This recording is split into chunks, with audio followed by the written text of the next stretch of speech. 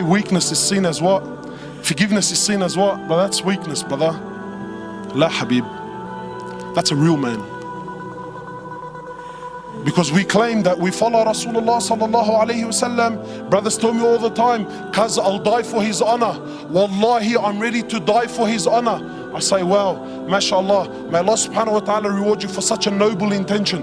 But brother, wallahi, I don't need you to die for his honor. I need you to live for his honor. I want you to live like him sallallahu alayhi wasallam.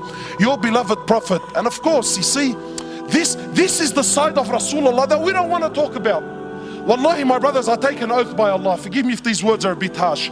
But I tell you now, and this is my own personal opinion, wallahi, even our love for the deen, even our love for the Sahaba is a love of dunya. Nobody here loves Umar ibn al-Khattab. Most loved, probably one of the most loved. He's definitely my favorite.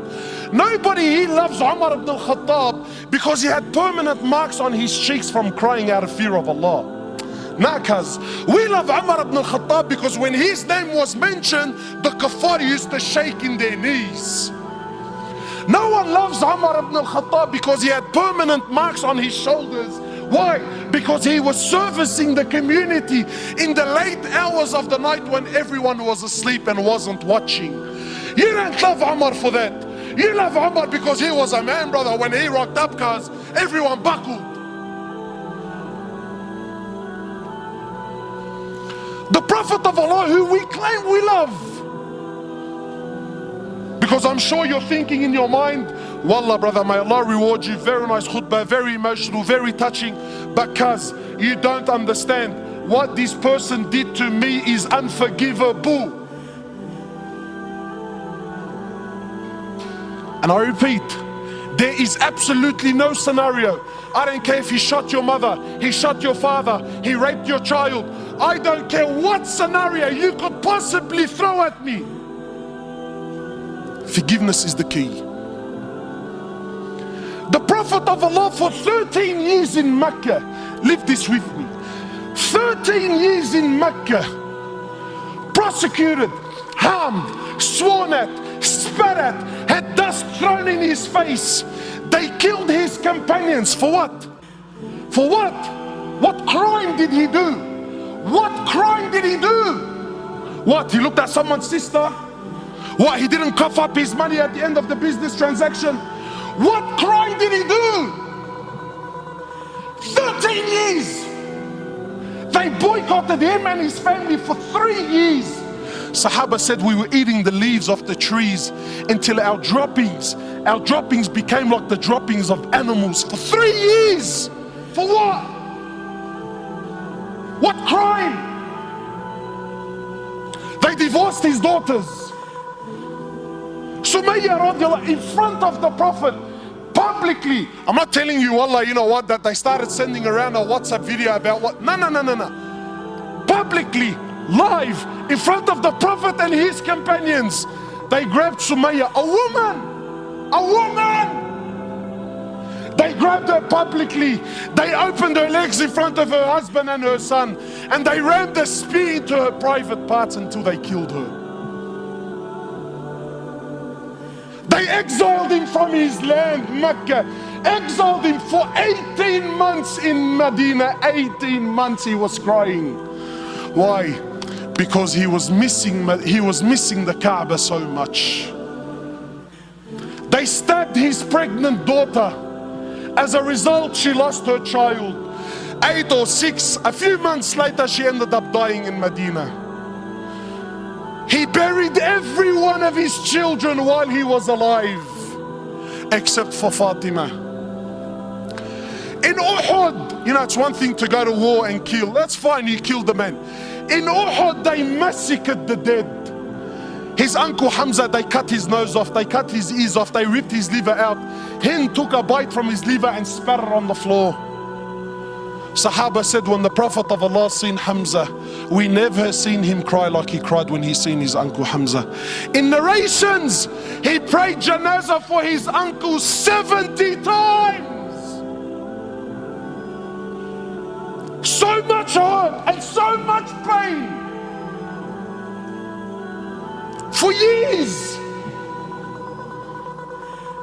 And then when Fatah Makkah came, and now he comes back victorious with an army of 10,000 companions, an army the which Arabia never seen in their lives. Men who at the drop of a word were happy to give their lives just to see him smile. He enters into the Haram of Mecca, 10,000 soldiers surrounding, and those people that harmed him for years and years and years. Not Muslims. And I'm asking you to forgive your Muslim brother.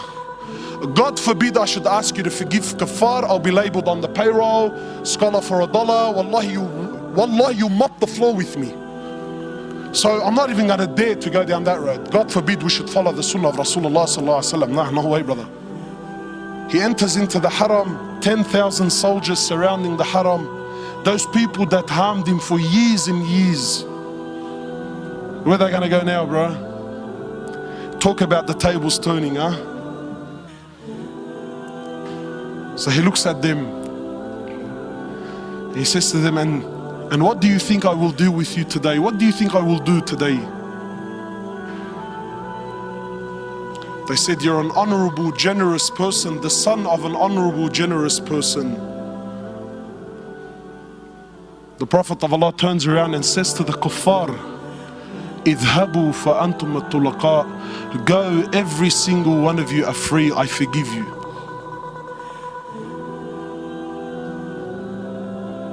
Where's this sunnah in our lives, man? Where's this deen?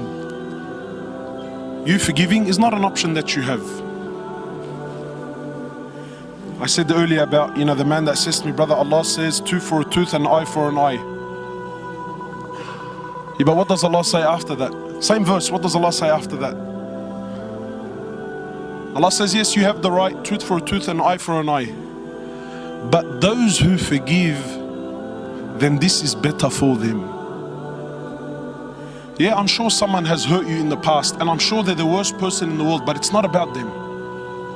It's about you and Allah. And don't you dare think that, now look, you know what, our drama was many years ago, alhamdulillah, since then, alhamdulillah, I've started praying, and now I wear a hijab, and since then I've grown my beard. Alhamdulillah, I've been able to go Umrah and Hajj a few times. Khalas, it's done, it's finished, it's dusted. Allah subhanahu wa ta'ala is Ghafoor Rahim. La Habib, it's not how it works. The Prophet of Allah, he says, sallallahu alayhi wasallam, he says, every Thursday, your weekly actions are collected and they're presented before Allah, and Allah can forgive whatever He wants, whoever He wants. He says, except the two that don't talk to one another regardless of who's in the right and who's in the wrong. He says, never mind, Allah subhanahu wa ta'ala won't even look at their actions until they fix what's between one another. So you could go do Hajj, not once, but do it 100 times, akhi. And go do Umrah in between every 100 of yours, and you can read the Quran day and night. All of your actions, so long as your brother is upset with you and there's no peace amongst one another, everything that you do equals to a big, fat zero in the eyes of Allah. You think that we're just gonna waltz into paradise, mashallah, because I grew my beard? No. Allah will push you to every last minute. But why is it that we don't forgive? People tell me, brother, wallahi, it's about the principle. Nah, Habib, it's not about principle. Maybe sometimes it's principle. But let's get straight down to the core. Why is it that we don't forgive? It's something called pride and arrogance that's in the heart, man. Who's he to disrespect me like that, bro? Doesn't he know who I am? You see this pride and this arrogance? This will bring the end of you. The Prophet of Allah says, anyone, sallallahu alaihi wasallam, anyone with an atom's weight of pride, an atom's weight, never mind seeing Jannah, he'll never smell its fragrance.